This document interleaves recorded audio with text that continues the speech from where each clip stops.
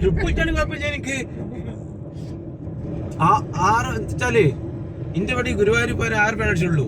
ഇത് ഞാൻ 1001 പെണ്ണടിച്ചടാ. ഒട്ടും എണ്ണ കാണില്ല. അപ്പൊ ഇയാള് വാക്കാണെന്ന് എനിക്കറിയില്ല. ഇല്ല, ഞാൻ തിരൂർ ഇന്നാളെ ഇറക്കിട്ടോത്താണ്. ഇന്നാള് ഞാനും പിച്ചൂടെ ഇറക്കിട്ട വർഷാപ്പിൽ അന്ന് ഞാൻ കരുതി ഇയാൾ അവിടെ തന്നെ. ഞാൻ ചോദിച്ചത് നിങ്ങൾ ഇവിടെയാന്ന്.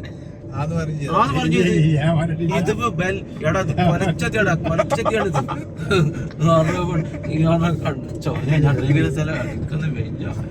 ഏത് ജില്ല 200 രൂപ കണ്ണടിച്ച് കാണ്ടി.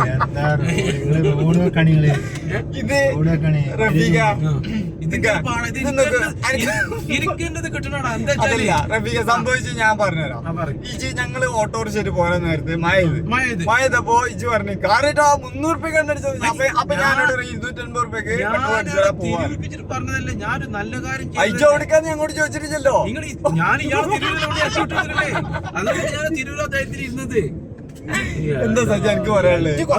കുറച്ചേരം ഉണ്ടാക്കി ഞാൻ പറഞ്ഞെന്താ വെച്ചാൽ റഫീഖ, ഞാൻ പറയണ എന്താന്ന് വെച്ച് കഴിഞ്ഞാൽ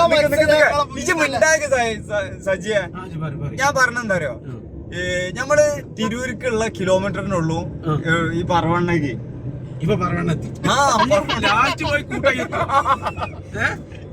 ചങ്കാറൊക്കെ നടന്നാണ്. എനിക്ക് രാവിലെ 10 ഇന്റർവ്യൂവിന്റെ സമയത്ത് അവിടെ എത്തിയാൽ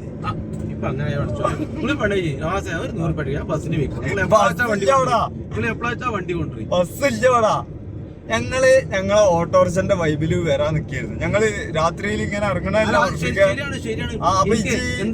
AC ഇട്ടരാ എന്നൊക്കെ 300 രൂപയ്ക്ക് എണ്ണ അടിച്ചാല് AC ഇട്ടരാ, കാറിൽ പോവാ, നിങ്ങളെ തുള്ളി വെള്ളം മഴ കൊള്ളിക്കൂല എന്നൊക്കെ പറഞ്ഞാണ് ചെത്ത് എടുക്കണേ.